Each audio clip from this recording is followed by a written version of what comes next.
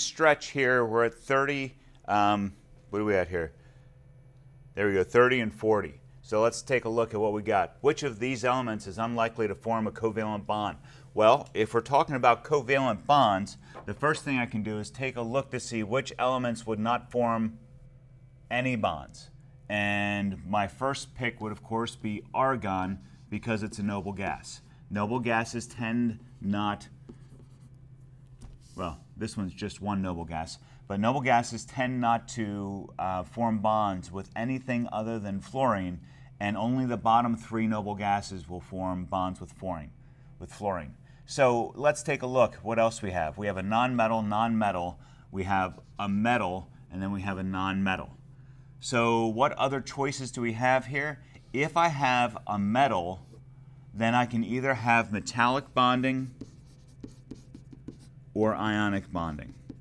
So the only way to go covalent is with a non-metal.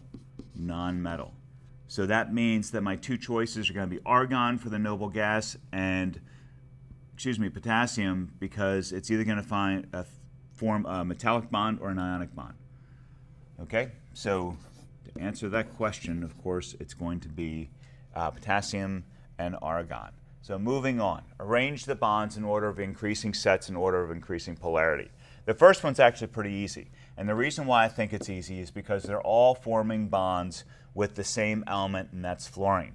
Now here's what we know.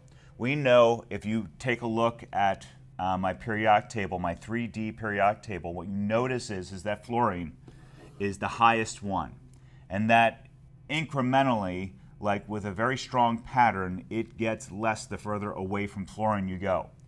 So the first step here is going to be from fluorine to oxygen, which is right next door to it. Fluorine and oxygen here is going to be, this says of increasing polarity, which means polarity is the difference between the two of them. So if 3.5 is oxygen and 4.0 is fluorine, then this is going to be a difference of 0.5, and that's our first one because that's the lowest. That is that's a polar bond, but it's a very low polar bond. So what comes next? Well, let's keep going in order here. So I got carbon, that is the next closest to fluorine. So carbon is 2.5, with fluorine is 4.0, which means I got 1.5 as my difference in electronegativity. Okay, now we're getting to be a more polar bond because this value here is higher. The difference between them is higher. And then finally we get to Be, beryllium, which is 1.5, and fluorine is still at 4.0, which means that I have a 2.5 difference, which is the most polar. This is actually not just polar, this actually moves into ionic bonding.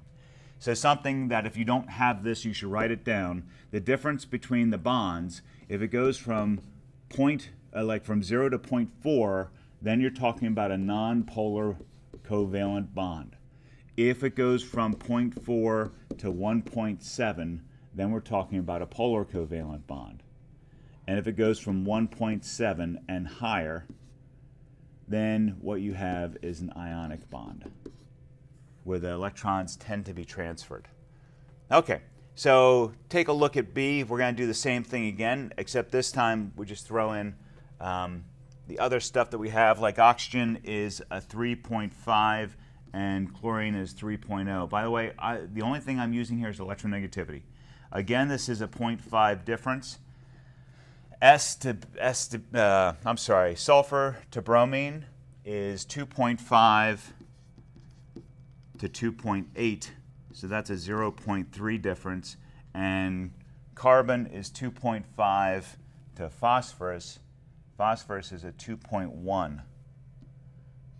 2.5 and 2.1 gives us a 0.4. So my lowest is SBr. Next is carbon and phosphorus, and after that is oxygen and Cl, chlorine. Okay, I'm just going to keep doing the same thing. Matter of fact, I'll leave the last part for you to do. You have the periodic table in the book, page 308, I believe. Take a look at this periodic table. read the numbers, subtract them, and then find which order for letter C. And I'll be checking those problem sets to make sure that you have that finished.